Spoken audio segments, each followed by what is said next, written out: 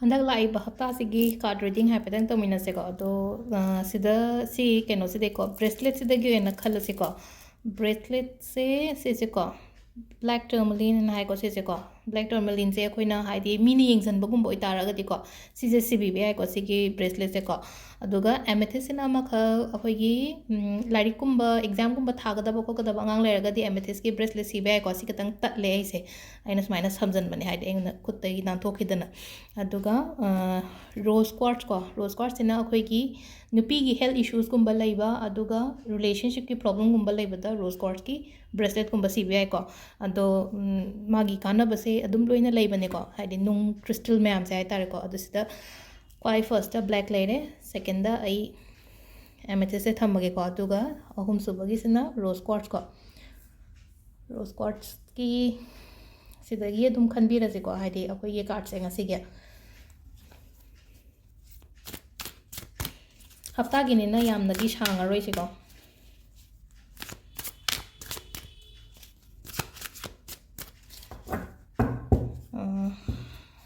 ado Sunday gidi ai Sunday gi daily reading to di ai ngamre yenge ngamdau di mande ai se de kaino de lai gadam pan de lai gadam ni na ado tanja saraga di daily card to ai same na bari torke do card mak semak traga su timing gumba di ai share tok jarake ko haide Sunday numit se mafam saraga budi semak ke card budi ngota loina raga budi chatkani amma budi sida leire ko crystal se kadam attract toge do yeng ase ko sida leire ko ye card ahum se ko 1 2 3 ahamba ko sigi black machu gi se khan bangai hai taraga di kamaina no hai kan se da ko thazadana financial gain gumba hai tara ko haidi paisa nu sa da hengat pa adumaina haidi koina business gumba tawraga di haidi profit gumba laigani ko handaki keno se hapta se aduga aina lawgriba decision hai tara ko aina hoje hoje lawdoriba decision aina decision making hai ta ekonoma tawge ekonoma hoge kaina khalaga laiba gumba laina ko adu lawdoriba aigi warep to hai tare ko aduduna haidi sale thumgi matang da hai tare ko yamna afaba lakani ko aduga amasu ko amuk yamna kaino imung manung yam shanti oigani ko handaki week se ko imung manung yam shanti oigani aigi thabak mafam yam comfortable oigani environment yam nungai gani ko aduga yumda leibada su ko yumda leibada amakak nangai lening tabu ko tabu sum leiraga su ko yumda time spend to biba yumda leiba matam da nungai gani ko aduga sida amana ko hadi thaba inghang gi da hairagadi ko hadi lakpa oina oibado hadi sida ko ina coins ka mayam toroga hadi sana lupa oina tholei je sida hadi khoi gi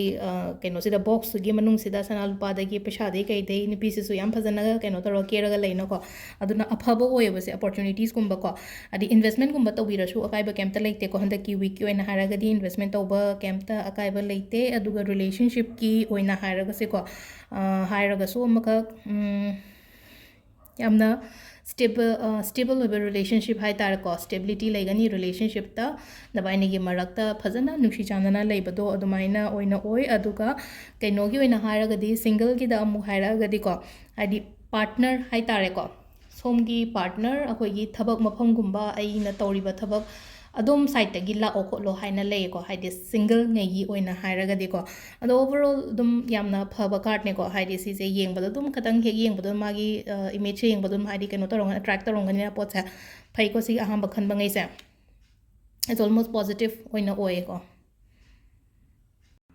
aduga tawroidaba hairagana ko unnecessary paisa gumba loisingana ko haidi keno tawbibada hai tare ko haidi course gumba tawthokpado yamna haidi darka leibadang oina tawbiyo ko haidi unnecessary paisa arembada di yamna keno tawbidaba hai tare ko ani suba card ani suba card se so yam phajana lae ko haidi card sigi masak su yongbiyo ko the card sigi maming sina 401 and hai ko 401 it's a very positive card ko yam positive hoiba card ni dangna nangai hona geba khot kiba adumba me am dugi reward lakani ko reward hairaga di aina tawgiba thabak tugi mahi hai tare ko haziki oina hairaga di ko handaki week se pura relax oraga leiga tab hai tare ko yumda chuti gumba lakko su yawbirom gani ko haidi chahi lorak pagi ko haidi hazik se yumda chatlaga potharu so haiba matam ne ba haidi mapanda ga thabak tawba ko leina ko thabak yam nanga yam tawba do haidi hazik se ꯌꯨꯝ ꯆꯠꯂꯒ ꯅꯪꯗꯣ ꯄꯨꯔꯥ relax ꯑꯣꯏꯔꯒ ꯂꯩꯌꯣ ꯈꯣꯠꯂꯣ ꯍꯥꯏꯕꯅꯤꯀꯣ ꯍꯥꯏꯗꯤ ꯁꯦꯂꯤꯕ꯭ꯔꯦꯁꯟꯁꯀꯨꯝꯕ get ꯇꯨꯒꯦꯗꯔꯒꯨꯝꯕ ꯀꯩꯒꯨꯝꯕ ꯃꯌꯥꯝ ꯑꯃ ꯄꯤꯔꯤꯀꯣ ꯑꯗꯨꯒ ꯑꯩꯅ ꯈ꯭ꯋꯥꯏꯗꯒꯤ ꯅꯨꯡꯁꯤꯖꯕ ꯃꯤ ꯍꯥꯏ ꯇꯥꯔꯦꯀꯣ ꯑꯩꯒꯤ ꯐꯦꯃꯤꯂꯤ ꯃꯦꯝꯕꯔꯁ ꯑꯣꯏꯔꯣ ꯏꯃꯥ ꯏꯄꯥ ꯑꯣꯏꯔꯣ ꯑꯩꯒꯤ ꯍꯁꯕꯦꯟ ꯋꯥꯏꯐꯀꯨꯝꯕ ꯑꯉꯥꯡ ꯅꯨꯕꯤ ꯀꯩꯀꯥ ꯂꯩꯕ ꯈꯣꯠꯄ ꯃꯇꯝ ꯄꯤꯕꯤꯌꯣ ꯃꯣꯏꯗꯀꯣ ꯃꯣꯏꯒ ꯇꯥꯏꯝ ꯁ꯭ꯄꯦꯟ ꯇꯧꯃꯤꯟꯅꯕ ꯍꯥꯏ ꯇꯥꯔꯦꯀꯣ ꯍꯟꯗꯛꯀꯤ ꯋꯤꯛꯁꯤꯒꯤ ꯑꯣꯏꯅ ꯍꯥꯏꯔꯒꯗꯤꯀꯣ ꯑꯗꯣ ꯑꯩꯈꯣꯏꯒꯤ ꯂꯨꯍꯣꯡ ꯀꯩꯍꯣꯡꯕꯒꯨꯝꯕ ꯑꯗꯨꯝꯕꯒꯤꯁꯨ ꯑꯗꯨꯝ ꯈꯔ ꯂꯩꯀꯣ ꯍꯥꯏꯗꯤ ꯌꯨꯝꯗ ꯂꯩꯕꯗꯣ ꯍꯥꯏꯗꯤ ꯃꯥ ꯍꯣꯡꯒꯅꯤ ꯍꯥꯏꯕ ꯅꯠꯇꯕ ꯑꯩꯒꯤ ꯁꯔꯥꯎꯟꯗꯤꯡꯗ ꯀꯩꯗ ꯍꯥꯏꯗꯤ ꯂꯨꯍꯣꯡ ꯀꯩꯍꯣꯡꯕ ꯃꯦꯔꯦꯖꯀꯨꯝꯕ ꯀꯩꯒꯨꯝꯕ ꯑꯗꯨꯝꯕꯁꯨ ꯑꯗꯨꯝ ꯂꯩꯌꯦꯀꯣ ꯍꯥꯏꯗꯤ ꯃꯇꯝꯁꯦ ꯐꯩꯀꯣ ꯌꯥꯝꯅ ꯒꯨꯗ ꯇꯥꯏꯝ ꯍꯥꯏ ꯇꯥꯔꯦꯀꯣ ꯁꯤꯁꯦ ꯌꯥꯝꯅ ꯄꯣꯖꯤꯇꯤቭ ꯑꯣꯏꯕ ꯀꯥꯔꯠꯅꯤ ꯄꯣꯖꯤꯇꯤቭ ꯑꯥꯎꯠꯀꯝꯁꯨ ꯂꯥꯛꯀꯅꯤ ꯇꯧꯔꯨꯕ ꯊꯕꯛꯇꯀꯣ ꯑꯗꯨꯒ ꯊꯕꯛ ꯃꯐꯝꯗꯁꯨ ꯅꯨꯡꯉꯥꯏꯒꯅꯤꯀꯣ ꯊꯕꯛ ꯃꯐꯝꯗꯁꯨ ꯅꯨꯡꯉꯥꯏꯒꯅꯤ ꯍꯥꯏꯗꯤ ꯁꯦꯇꯤꯁꯐꯦꯛꯁꯟ ꯐꯪꯕꯗꯣ ꯑꯩꯒꯤ ꯊꯕꯛꯇꯨꯗ ꯑꯗꯨꯒ ꯈꯤꯇꯪꯀꯣ ꯍꯦꯟꯒꯠꯄ ꯏꯟꯀꯝ ꯅꯨꯡꯀꯝ ꯍꯦꯟꯒꯠꯄ ꯈꯣꯠꯄ ꯑꯗꯨꯃꯥꯏꯅ ꯍꯥꯏꯀꯣ ꯍꯥꯏꯗꯤ ꯄꯩꯁꯥ ꯅꯨꯡꯁꯥꯒꯤ ꯃꯇꯥꯡꯗꯁꯨ ꯏꯝꯄ꯭ꯔꯨꯚ ꯂꯥꯛꯀꯅꯤꯀꯣ ꯍꯥꯟꯅꯗꯒꯤ ꯍꯥꯏꯔꯨꯔꯒꯗꯤ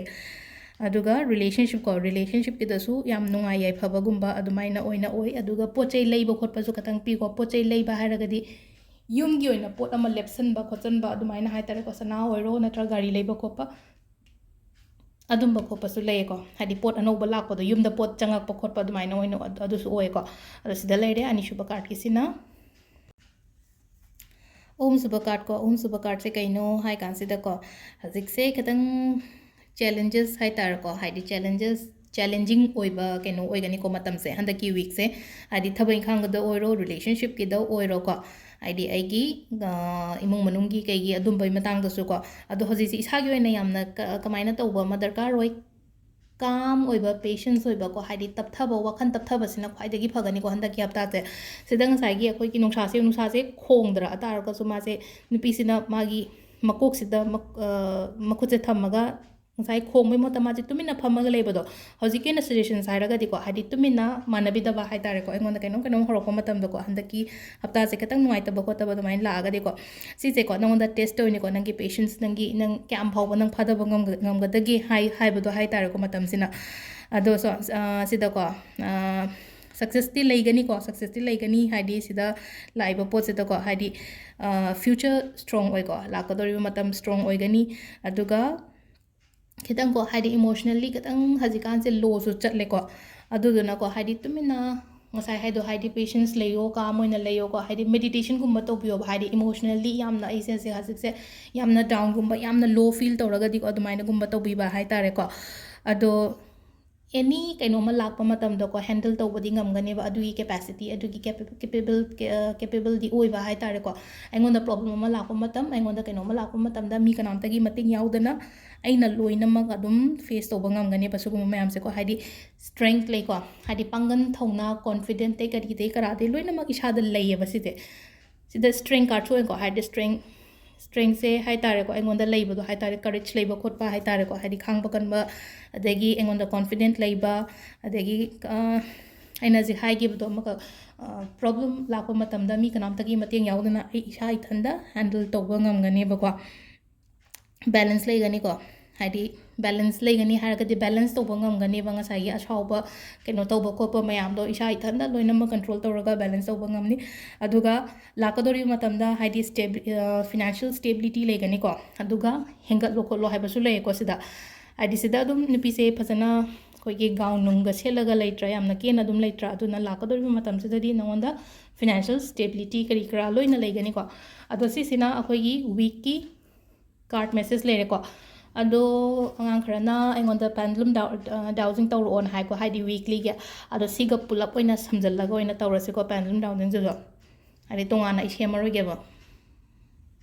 ꯑꯗꯣ ꯁꯤꯉꯩꯁꯤꯅ ꯇꯣꯉꯥꯟꯅ ꯑꯃ ꯊꯝꯕꯤꯈ꯭ꯔꯁꯦ ꯑꯗꯨꯒ ꯕꯣꯔꯗ ꯂꯧꯊꯣꯛꯑꯒ ꯀꯩꯅꯣ ꯇꯧꯔꯁꯦꯀꯣ ꯑꯩꯈꯣꯏꯒꯤ ꯕꯣꯔꯗꯁꯦ ꯁꯤꯗ ꯂꯩꯔꯦꯀꯣ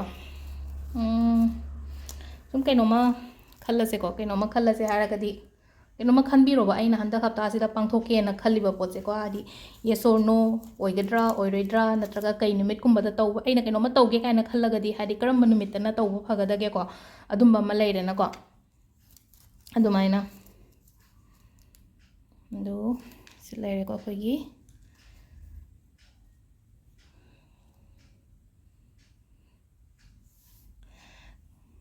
खनबीरेको ma'am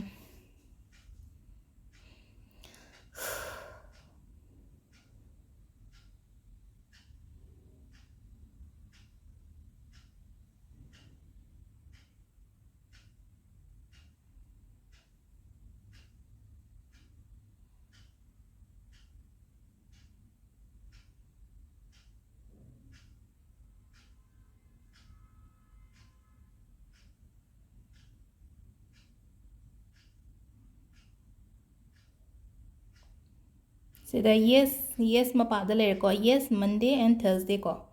Monday and Thursday yes aina khalliba potugi matangda haitareko mamangi dadi no aina lakhi gum tawni mamangi hapta dadi ko sida yes da dum haidi hangada chatli se potse lepa jaga du da ne bas koina keno tawde se ko ado sai kan se da ko haidi si dum akoina leiraga tawbi base ko haidi sigi akogi board chiga keno siga ado ngasai gi tawba matam se da नियम दी खरा लेरी को दुम ma'am दो खंगद्रगदी तौब यारो ngasai हाइदि आइगी thoughts करी करा सुगुम ma'am से हाइदि ngatang दु दको हाइदि नेगेटिव इमोशंस के का केमता लेहन बया दे को यामना रिलैक्स होय बमा दरकार होय को अदो सिदा लेरे ngasiगी सिदा ताग्रे न को यस यस माइ तोरगा हायरगा लेग्रे न को तो सोमना तौगे न खनबिदो मंडे और थर्सडे को हाइदि निमिट की दा हायरगा निंगथौका बा तौगेरा नत्रगा सवन हेन तौगेरा अदुगा तौदोरी बा थबक तो तौबियो ndi हाइदि सिदा गाइडेंस दे पीरे को अदो sida leire ngasigi handak haptagi haitare handak haptagi card plus dowsing gi matang da ko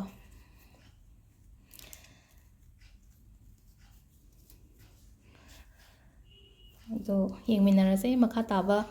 thank you